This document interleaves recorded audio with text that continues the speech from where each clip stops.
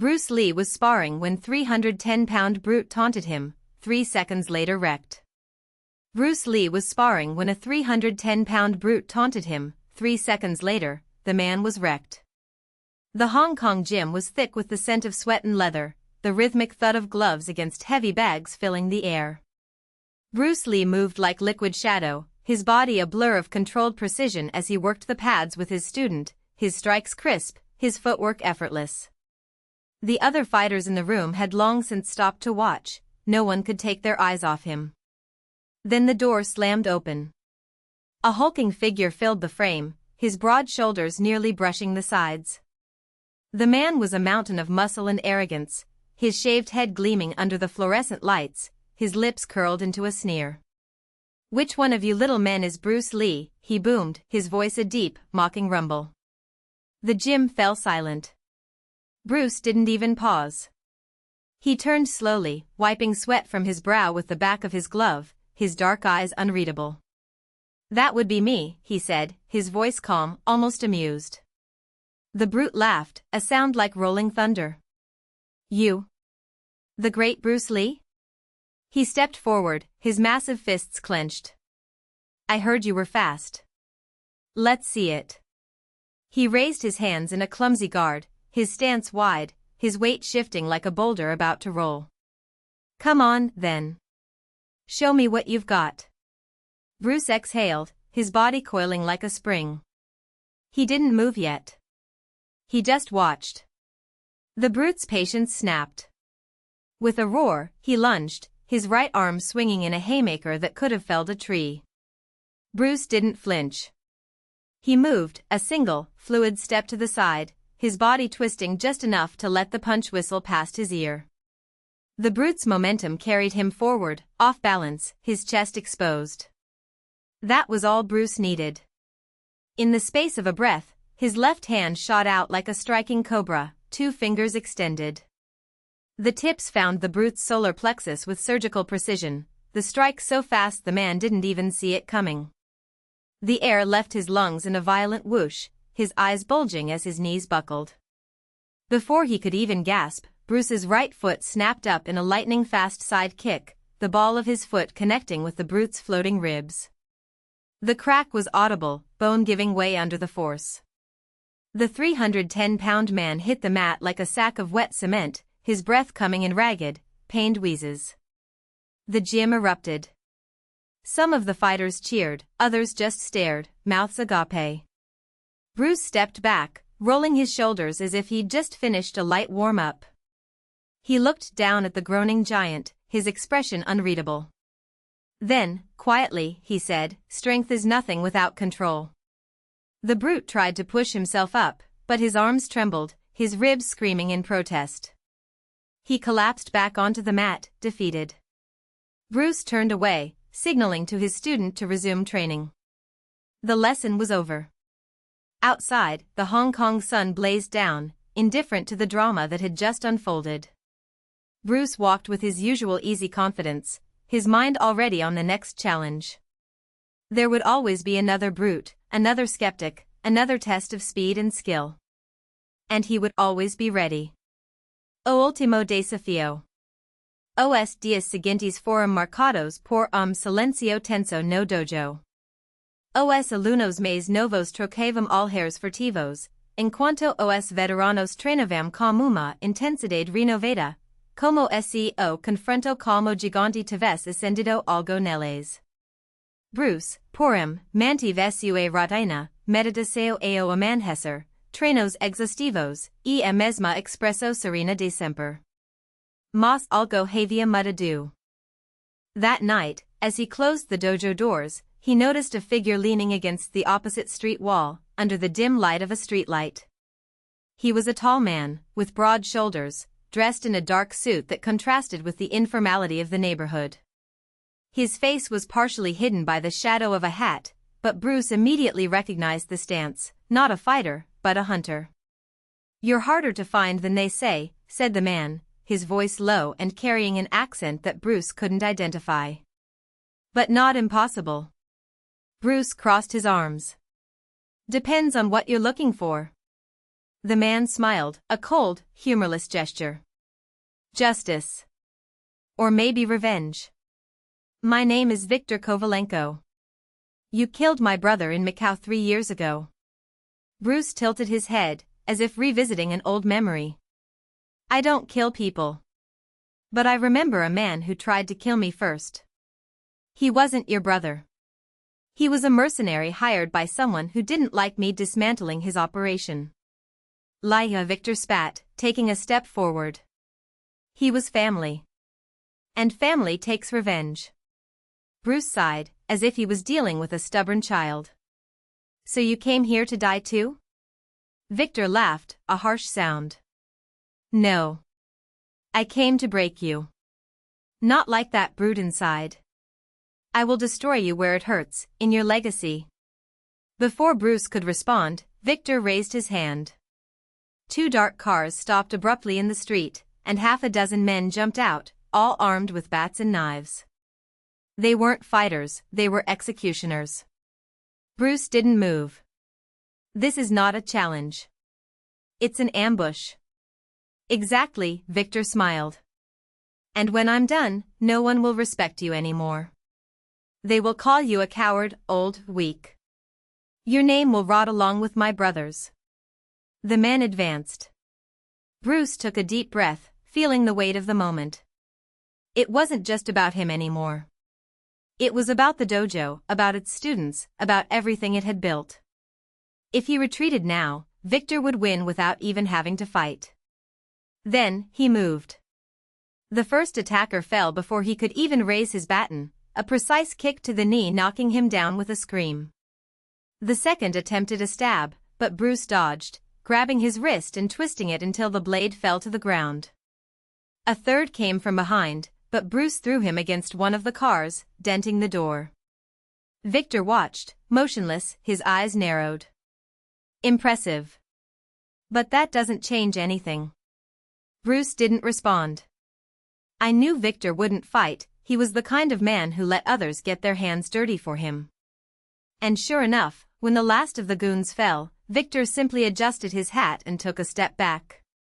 That was just the beginning, he said. Next time, I won't send men. I'm going to send you something you can't beat. Bruce wiped the blood from a cut on his lip. There is nothing I cannot win. Viktor laughed again, getting into the car. We'll see. The vehicle drove off, leaving behind only the echo of threats and the smell of burning gasoline. The trap. The following days were tense. Bruce increased security at the dojo, but knew Viktor wouldn't attack head-on. He was the type who preferred to undermine, corrode, destroy from within. And then, the invitation came. A black envelope, delivered by a silent courier, contained only a date, an address and one sentence, "Prove you are still worthy." Bruce recognized the location, an abandoned warehouse on the outskirts of Hong Kong, a perfect place for an ambush. But he also knew that to refuse would be to admit weakness. On the appointed night, he arrived alone, as required. The warehouse was dark, lit only by a few light bulbs hanging from the ceiling. In the center, a raised platform, surrounded by armed men. And, in the middle of it, Viktor, sitting on a chair like a king on his throne. "You're early," said Viktor. "Or are you scared?" Bruce took his time climbing onto the platform. "Fear is a choice. I don't choose." Viktor smiled. "Then prove it." He clapped, and the lights went out. When they returned, Bruce saw what Viktor had prepared. They were not men. They were machines. 2 combat robots, made of steel and hydraulics, rose from the corners of the warehouse. Its arms ended in sharp blades, and its red sensors flashed like hungry eyes. "They were programmed to kill you," Viktor said, sitting back. "No rules. No mercy. Just brute force against your skill." Bruce watched the machines, calculating. They were fast, strong, relentless. But they were also predictable. The first robot attacked. Bruce dodged the blow, feeling the wind from the blade passing inches from his face. The second came from behind, but he rolled to the side, kicking the machine's leg and causing it to lose its balance. Victor watched, fascinated. "You're still fast. But not fast enough." Bruce didn't respond. "I knew I needed to find a weakness." And then, he saw it, the robots moved in sync, as if they shared a single mind. If he could break this connection. He faked an attack on the first robot, causing it to flinch, and then lunged at the second, landing a precise blow on the control panel on its chest. Sparks flew, and the machine stopped, turned off. The first robot hesitated, as if confused. Bruce wasted no time, he ran toward Victor, grabbing him by the collar before the armed men could react. "Hang up," he ordered, pressing the barrel of a pistol against Victor's temple. "Now." Victor laughed, but there was a tremor in his voice. "You won't shoot." "No," Bruce agreed. "But they will." The armed men pointed their weapons at Victor, hesitating. Bruce knew they wouldn't dare shoot their boss. "Last chance," Bruce said. Victor gritted his teeth, but finally raised his hand. With a gesture, the robots shut down. Bruce released him, pushing him away. "This ends here." Victor straightened up, adjusting his suit. "For now." Bruce didn't respond. He knew that men like Victor never gave up completely. But I also knew that this time, he had made it clear, no matter what came, he would be ready. The legacy. The following weeks were calm. The dojo returned to its normal rhythm, and the students, although they were still whispering about the confrontation, trained with more determination than ever. Bruce, in turn, maintained his routine, but something had changed inside him. One night, as he closed the doors, a figure approached, a young woman, with short hair and determined eyes. "Master Bruce," she said, bowing slightly. "I heard what happened. I want to train with you." Bruce watched her for a moment. "Why?"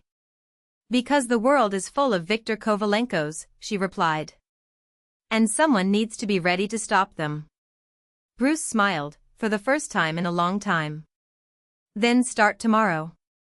As he walked home under the starry sky of Hong Kong, he felt the weight of years but also the lightness of a new beginning. There was always another challenge, another threat, another lesson to be learned. And he would be there to teach them. The legacy of Ashen Steel. The first few months of training were brutal. The young woman, who introduced herself as Lian Zhao, was not like the other students Bruce had accepted over the years. She did not seek discipline out of vanity, nor strength for personal revenge.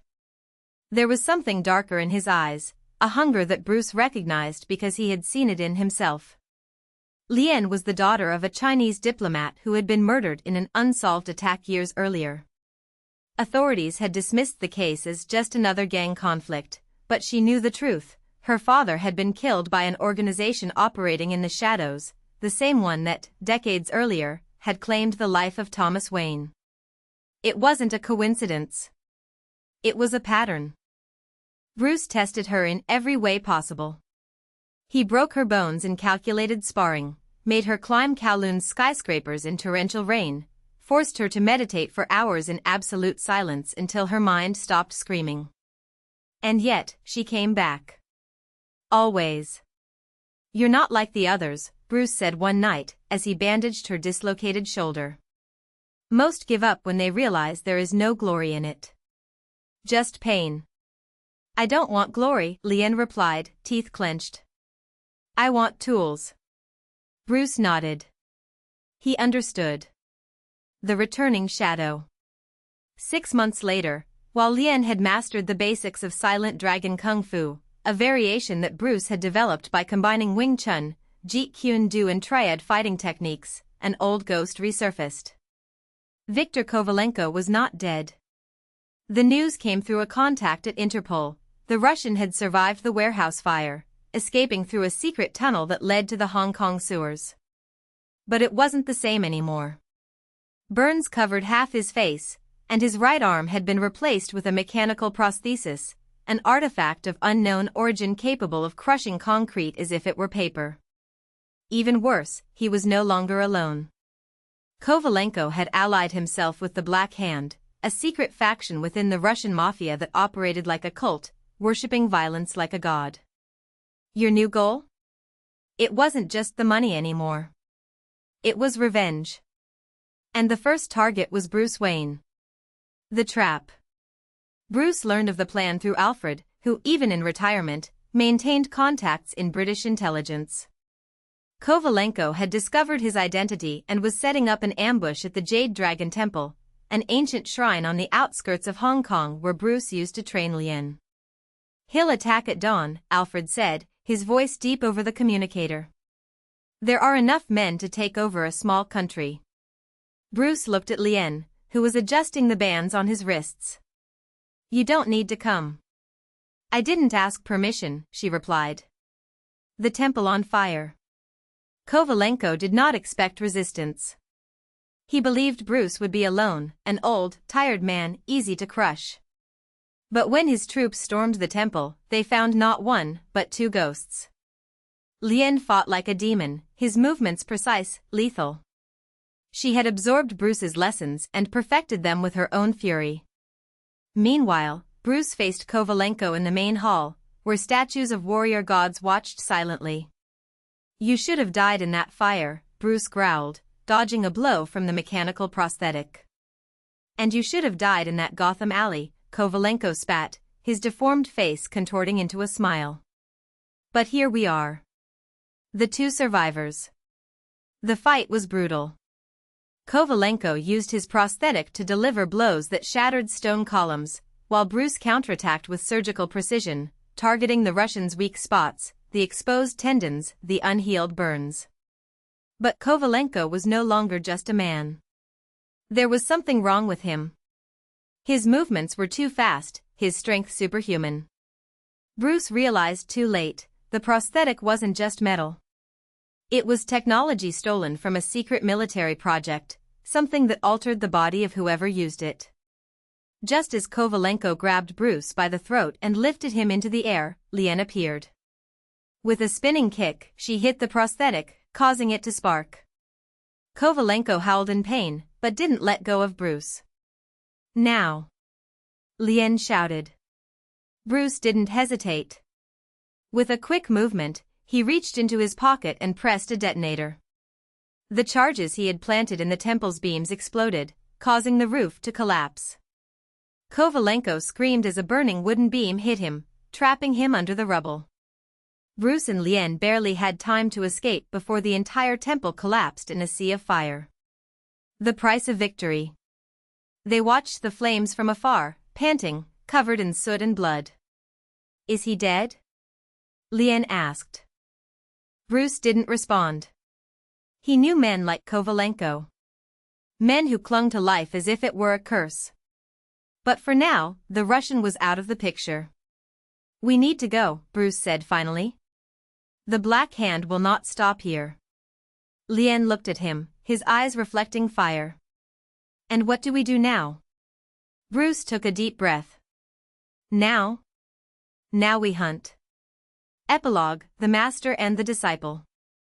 Months passed.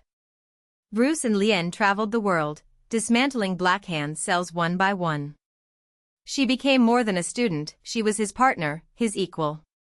And at some point, Bruce realized that he was no longer just teaching fighting techniques. He was passing the baton. On the last night in Hong Kong, before they left for a new mission, Lien found Bruce on the roof of his old dojo, looking at the horizon. Do you think this will ever end? She asked. Bruce smiled tiredly. No. But that doesn't mean we shouldn't fight. Lien nodded. Then let's go. And, under the same starry sky that had witnessed the beginning of it all, they set out, two warriors, united by blood, by fire, and by the promise that while there was darkness, there would also be those who would rise against it. End.